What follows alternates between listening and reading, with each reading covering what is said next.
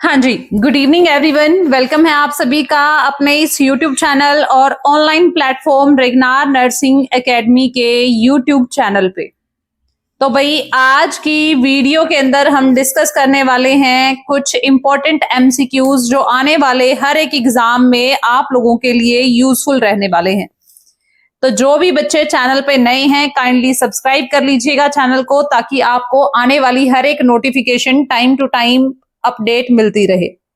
तो शुरू करते हैं आज का अपना ये स्पेशल वीडियो, जिसके अंदर हम डिस्कस करेंगे कुछ इंपॉर्टेंट एमसीक्यूज को, जो कि आने वाले एग्जाम के लिए बहुत ज्यादा यूजफुल रहेंगे आपके लिए। तो देखिएगा भाई, कल है टीचर्स डे और आपके लिए एक ऑफर डाला गया था। जो भी बच्चे डीएचएस पंजाब का एग्जाम देना चाहते हैं, चाहे वो स्टाफ नर्स का हो, और नोटसेट 10 के लिए भी अपना नया बैच जो है वो स्टार्ट हो रहा है। तो भाई जो भी बच्चे ऑफर का फायदा उठाना चाहते हैं, कल लास्ट डे है अपने ऑफर का, और आप नंबर पे कॉल करके मैसेज करके आज ही अपना बैच बाय कर सकते हैं if you are willing. So first question के साथ शुरू करते हैं आज की अपनी क्लास में पहला क्वेश्चन आ चुका है आप सभी के सामने। लाइक और शेयर कर दीजिएगा बच्चों। A nursing officer is caring for a client who is receiving a thiazide diuretic for the hypertension। एक नर्सिंग ऑफिसर केयर कर रहा था क्लाइंट की जिसको थायजाइड डायूरेटिक्स चल रहे हैं और हाइपरटेंशन के लिए पेशेंट का ट्रीटमेंट चल रहा है। तो कौन सा फूड है जो सिलेक्ट किया गया है क्लाइंट के थ्रू, जो इंडिकेट करेगा कि उसको क्या है भाई, अभी dietary teaching about thiazide diuretics was effective, कि जो नर्स ने उसको डायट्री टीचिंग के बारे में बताया था, पेशेंट उस डायट्री टीचिंग को अच्छे से समझ गया है कि मुझे कौन सा खाना खाना चाहिए डायूरेटिक्स लेते टाइम और कौन सा खाना मुझे अवॉइड करना चाहिए, डायूरेटिक थेरेपी चल रही है उस टाइम पे। तो बताइएगा भाई ऐसा कौन सा फूड है जो पेशेंट ने सिलेक्ट किया है और जो एकदम करेक्ट फूड है, जिससे आपको पता चले कि हमने जो समझाया है ना, वो पेशेंट अच्छे से समझ गया है। तो थायजाइड डायूरेटिक्स चल रहे हैं, एप्पल लेना चाहिए, ब्रोकली या चेरीज या कॉलीफ्लावर।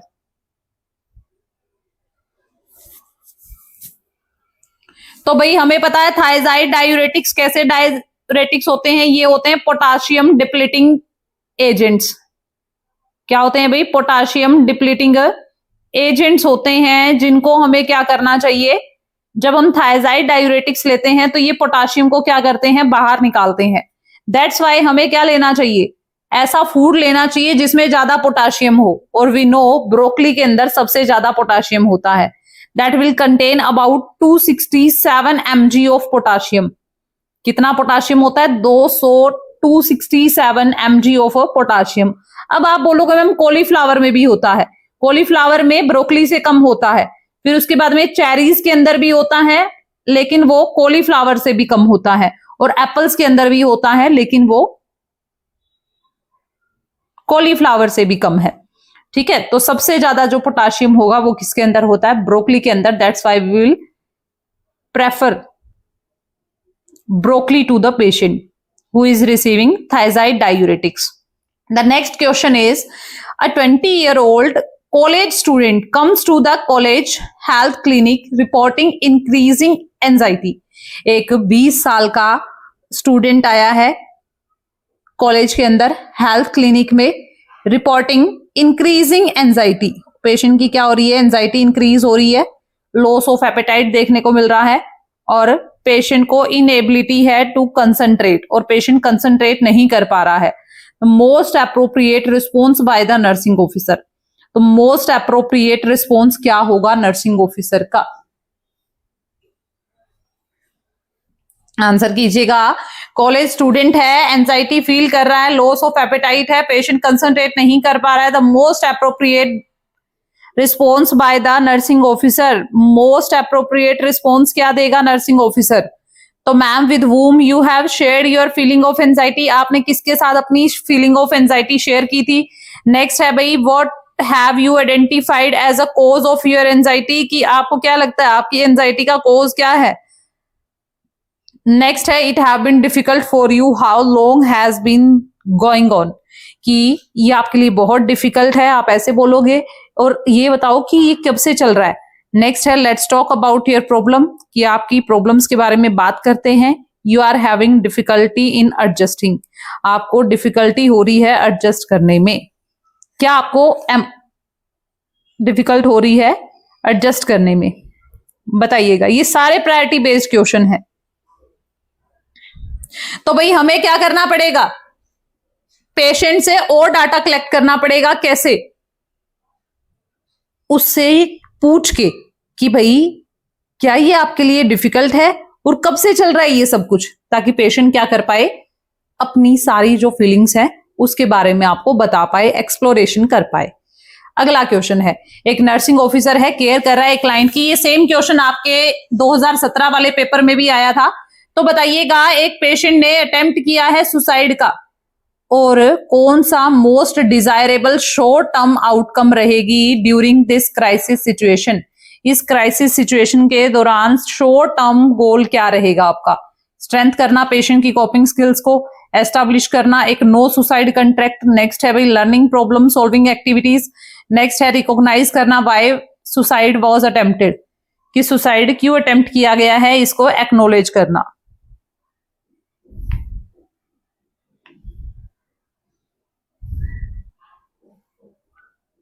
बताइएगा भाई।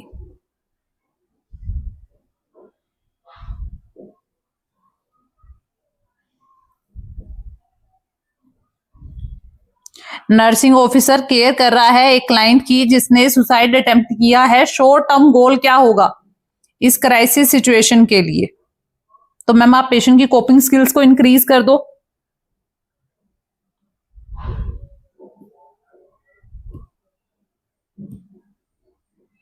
तो शॉर्ट टर्म आउटकम पूछी है, ठीक है। पहला है कि सुसाइड क्यों किया था पेशेंट ने, ठीक है ना, वेरी गुड। अगला है भाई लर्निंग प्रॉब्लम सॉल्विंग टेक्निक, कि पेशेंट को ये प्रॉब्लम सॉल्विंग टेक्निक बाद में सिखाते रहना, ये लॉन्ग टर्म गोल होगा आपका। अगला है भाई एस्टैब्लिश करेंगे, नो सुसाइड कॉन्ट्रैक्ट ले लेंगे। तो क्या गारंटी है कि भाई जो पेशेंट है वो आपका सेफ रहेगा या नहीं। तो सबसे पहले आपको जो मेजर प्रॉब्लम है सुसाइड वाली, उसी को क्या करना पड़ेगा, फेस करना पड़ेगा, ठीक है ना। तो हमारा जो प्राइमरी कंसर्न होगा, जो शॉर्ट टर्म गोल होगा, वो होगा कि पेशेंट क्या ना करे, दोबारा से इस अटेम्प्ट को रिवाइज ना करे, रिपीट ना करे। यही करोगे। सबसे पहले जो हमारा गोल होगा कि हम पेशेंट के साथ में प्राइमरी गोल बनाएंगे कि पेशेंट दोबारा सुसाइड ना करे, ठीक है ना। नो सुसाइड कॉन्ट्रैक्ट, जिससे क्या होगा, पेशेंट का एग्रीमेंट होगा कि वो इस स्पेसिफाइड पीरियड के अंदर जब भी उसको सुसाइडल आइडियाज आएंगे तो वो क्या करेगा, हेल्प लेगा बाकी स्टाफ की, जिससे क्या कर पाए, वो सुसाइड के रिस्क पे ना जाए। अगला क्वेश्चन है, safety will be first priority in the case of mania, depression and anxiety and suicide. अगला है भाई 3.5 साल का बच्चा है, एडमिट किया गया है हॉस्पिटल के अंदर अपेंडेक्टमी के लिए, उसकी अपेंडिक्स को निकालना है। What should the nursing officer use to best prepare the child for the hospital experience. तो आपको बताना है कि नर्सिंग ऑफिसर को क्या बेस्ट प्रिपेयर करना चाहिए बच्चे को हॉस्पिटल एक्सपीरियंस के लिए। तो आप एक डायग्राम बनाने के लिए दे दो बच्चे को, पपेट प्ले दिखाओ उसको, स्टोरी बुक दे दो, या थेरेपेटिक प्ले करवाओ, बताइएगा।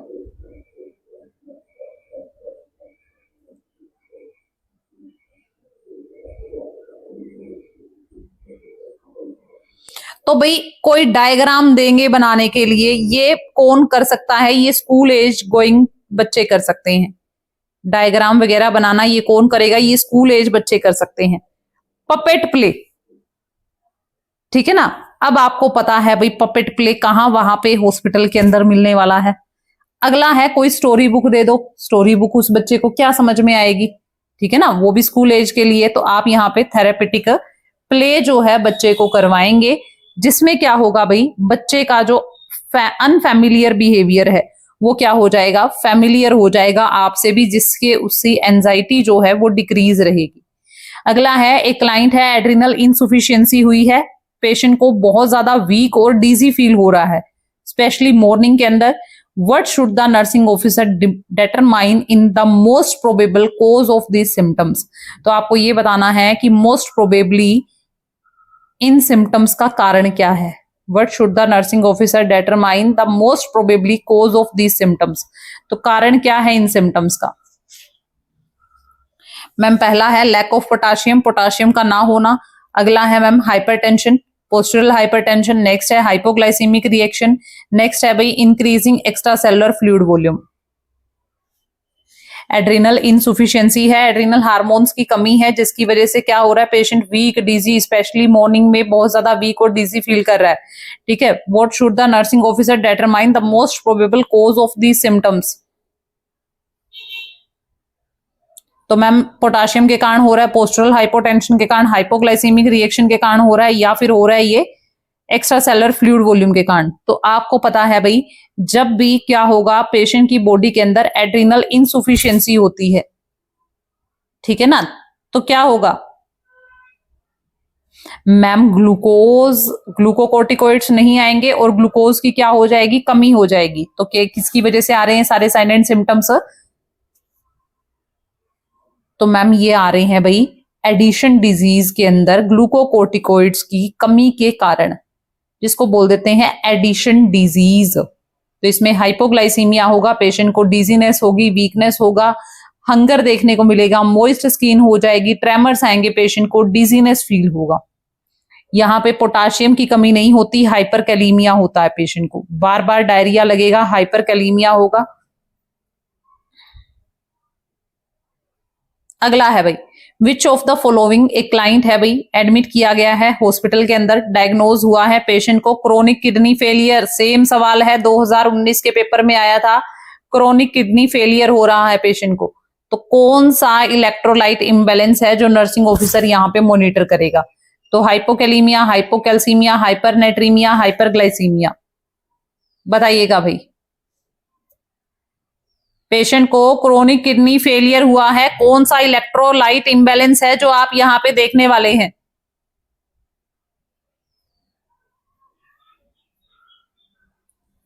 तो मैम जब भी किडनी फेलियर होता है तो हाइपोकैलीमिया दिया हुआ है, यहाँ पे क्या दिया हुआ है, हाइपोकैलीमिया। बट होता क्या है, पोटाशियम का लेवल तो इंक्रीज हो जाता है। ठीक है मैम, हाइपरनेट्रीमिया,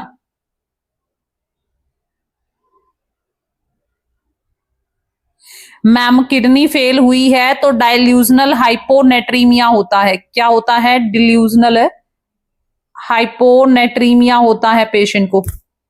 फिर आ गया हाइपरग्लाइसीमिया, ये क्रोनिक किडनी फेलियर की मैनिफेस्टेशन नहीं है। यही तो कंफ्यूज करने वाला क्वेश्चन है, ज्यादातर बच्चे सिर्फ पोटाशियम और किस में उलझ गए भाई, सोडियम के साथ में उलझ गए। तो मैम हमें क्या देखने को मिलेगा, ग्लोमेरुलर फिल्ट्रेशन रेट इंक्रीज होने के कारण, जीएफआर इंक्रीज होने के कारण, ग्लोमेरुलर फिल्ट्रेशन रेट के रेसिप्रोकल रिलेशन के कारण, किसके साथ में भाई, फॉस्फोरस के साथ में। तो हमें पता है भाई, हाँ मैम रिवर्स देखने को मिलेगा, क्योंकि जब क्रोनिक किडनी फेलियर होगा तो हमारी पेशेंट की जीएफआर क्या हो जाएगी, डिक्रीज हो जाएगी, ग्लोमेरुलर फिल्ट्रेशन रेट, जिसकी वजह से बॉडी के अंदर क्या होगा, फॉस्फोरस डिपॉजिट होगा, जिसकी वजह से क्या देखने को मिलेगा, पेशेंट की बॉडी के अंदर हाइपोकैल्सीमिया देखने को मिलेगा। क्या देखने को मिलेगा भाई, हाइपोकैल्सीमिया की कंडीशन अराइज होगी पेशेंट के अंदर। अगला है भाई, during the 6 month of pregnancy एक वुमेन विजिट कर रही है प्री नेटल क्लिनिक के अंदर for the first time as a part of and initial assessment, a CBC and a urinalysis were performed. 6 महीने की प्रेगनेंसी है, वुमेन ने विजिट किया प्री नेटल क्लिनिक के अंदर पहली बार। इनिशियल जब असेसमेंट किया गया तो सीबीसी और यूरिनालिसिस किया गया। कौन सी लेबोरेटरी फाइंडिंग है जो अलर्ट कर देगी नर्सिंग ऑफिसर को फर्दर असेसमेंट की जरूरत है? बताइएगा कौन सी ऐसी फाइंडिंग है जिसके कारण आपको दोबारा चेक करवाना पड़ेगा? तो यूरिन की स्पेसिफिक ग्रेविटी देख लो, ग्लूकोज इन यूरिन देख लो, डब्ल्यूबीसी 9000 है, एचबी 10 ग्राम है।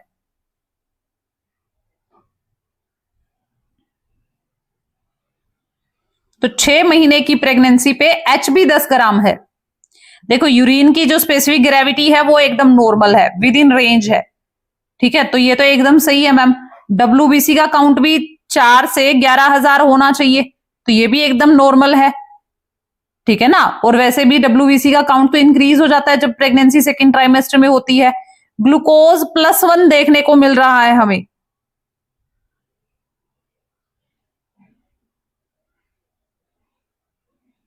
तो मैम +1 है, कोई दिक्कत नहीं है, क्योंकि हमारी जो रीनल थ्रेशोल्ड है इस टाइम पे वो क्या हो जाती है, लो हो जाती है प्रेगनेंसी के दौरान। अगर क्या हो जाए +2 तक आ रहा है ग्लूकोज, तो आप क्या कर सकते हो, इन्वेस्टिगेशन कर सकते हो। लेकिन HB क्या है, 10 ग्राम है, that will indicate the anaemia. क्या इंडिकेट कर रहा है ma'am, that will indicate the anaemia. अगला है भाई 2 घंटे after and uneventful labour and birth. एक क्लाइंट का जो यूट्रस है वो 4 फिंगर अब ऊपर है अम्बलाइकस के। ये पेशेंट का अम्बलाइकस है, इससे 4 फिंगर ऊपर है। आफ्टर यूरिनरी कैथेटराइजेशन के बाद फंडस अभी भी फ्रिम है, 4 finger breadth above the umbilicus. अब भी क्या है भाई, कैथेटराइजेशन कर दिया, अब भी उतना ही ऊपर है। तो what is the priority nursing action, तो आप क्या करेंगे,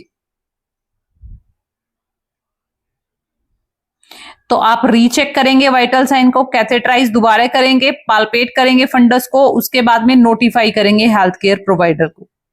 तो मैम हमें फटाफट से हेल्थ केयर प्रोवाइडर को नोटिफाई करना पड़ेगा। वाई, क्योंकि मैम अगर फंडल हाइट इंक्रीज हो रही है, ठीक है ना, आफ्टर डिलीवरी, तो इसका मतलब क्या है, यूट्रस के अंदर ब्लड का एक्यूमुलेशन हो चुका है। That's why we have to inform the doctor, ठीक है ना। नेक्स्ट है भाई, एक पेशेंट को हिस्ट्री हुई है, किसकी हिस्ट्री है, पेशेंट के अंदर थायराइड ग्लैंड्स के जो सिक्रेशंस हैं वो बहुत ही कम है। And the skin condition would the nurse officer expect when performing a physical assessment. तो जब आप पेशेंट की हाइपोथायरॉयडिज्म के अंदर क्या कर रहे हो भाई, कंडीशन चेक कर रहे हो, फिजिकल असेसमेंट कर रहे हो, तो बताइएगा कौन से टाइप की स्किन कंडीशन देखने को मिलेगी। पहला है भाई dry, moist, flushed and smooth.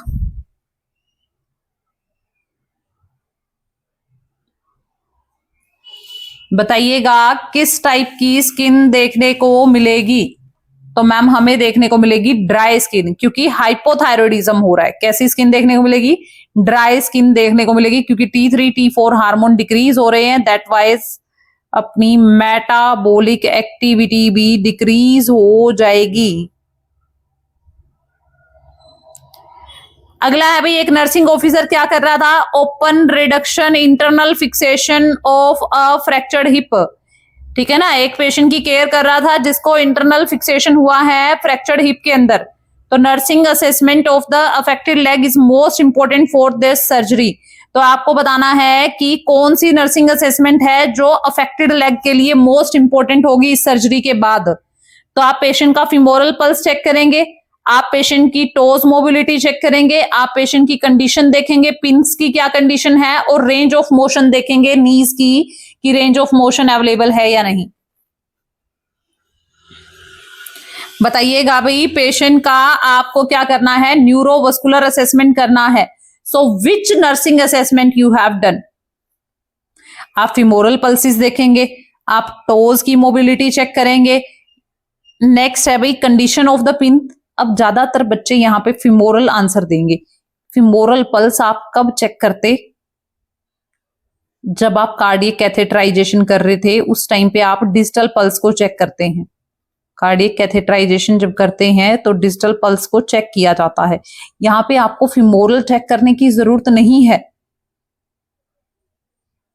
क्योंकि ये हमारी साइड से डिजिटल पे नहीं है भाई। ये क्या है, फ्रैक्चर हुआ है, हिप का इंटरनल फिक्सेशन किया गया है, तो ये हमारी साइड से डिजिटल साइड पे नहीं है फीमोरल आर्टरी। ठीक है, toes for the mobility, toes को चेक किया जाएगा कि जो हमारे फिट्स के टोज हैं वो मूव कर रहे हैं या नहीं। ठीक है ना, क्योंकि ये क्या है, हमारे पांव के डिस्टल पोर्शन में है।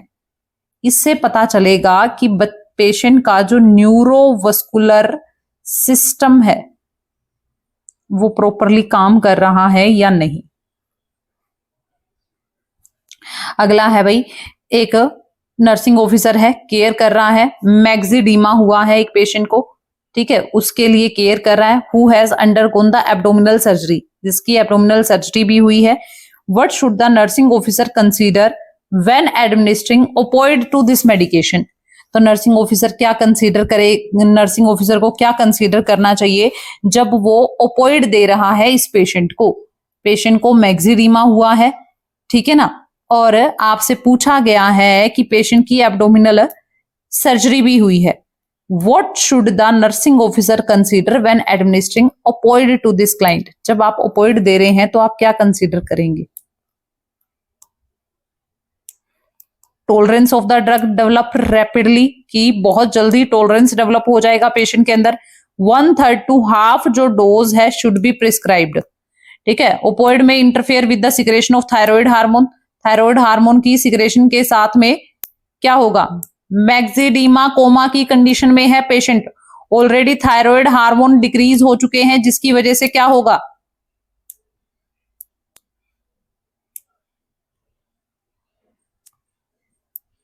Ma'am metabolic rate already decrease होगी, ठीक है ना।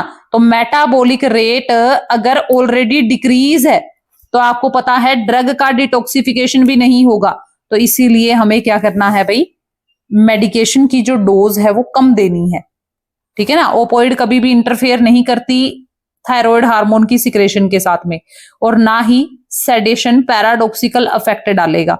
लेकिन क्या होगा, पेशेंट को ऑलरेडी, क्योंकि हमारी बॉडी के अंदर T3 T4 हार्मोन काम क्या करते हैं, तो मैम यही मेटाबॉलिक हार्मोन्स होते हैं, यही हमारे मेटाबॉलिक हार्मोन्स हैं। और आपको पता है मेटाबॉलिज्म ऑलरेडी स्लो है, तो हमारी जो दवाइयां हैं वो बॉडी से वैसे ही मेटाबॉलिकली बाहर नहीं जा पाएंगी, ठीक है ना, उनका मेटाबॉलिज्म नहीं होगा, so that will lead to the toxicity. Last question है भाई, स्पाज्मोडिक क्रूप की कंडीशन है, नर्सिंग ऑफिसर केयर कर रहा है उस बच्चे की, ठीक है। Which of the finding alert the nursing officer that need an immediate intervention. तो इरिटेबिलिटी, होर्सनेस, बार्किंग कफ या रैपिड रेस्पिरेशन। तो बताइएगा कौन सी इंटरवेंशन है जो अलर्ट कर देगी नर्सिंग ऑफिसर को कि इमीडिएट नर्सिंग इंटरवेंशन की जरूरत है। पहला है इरिटेबिलिटी, नेक्स्ट है होर्सनेस, नेक्स्ट है बार्किंग कफ, नेक्स्ट है भी बच्चा रैपिड रेस्पिरेशन कर रहा है। तो देखो होर्सनेस तो बच्चे के अंदर ऑलरेडी होती है, बार्किंग कफ ये तो कॉमन साइन देखने को मिलते हैं, लेकिन बच्चे के अंदर रैपिड रेस्पिरेशन हो गया है, इसका मतलब इंपेंडिंग रेस्पिरेशन है बच्चे के अंदर, जिसकी वजह से ये किसको रिप्रेजेंट कर रहा है, मैम एयरवे ऑब्स्ट्रक्शन को रिप्रेजेंट कर रहा है। अगर बच्चा बहुत जल्दी जल्दी क्या कर रहा है, रेस्पिरेशन ले रहा है, तो हमें फटाफट से इमीडिएट इंटरवेंशन करनी पड़ेगी अगर बच्चा रैपिडली रेस्पिरेशन कर रहा है, ठीक है भाई। कल मिलेंगे नेक्स्ट क्लास के अंदर, तो चैनल को सब्सक्राइब जरूर कर लीजिएगा भाई। और कल है टीचर्स डे, टीचर्स डे पे आप लाभ उठा सकते हैं अपने ऑफर प्राइस का 7015849619 पे कॉल करके, मैसेज करके।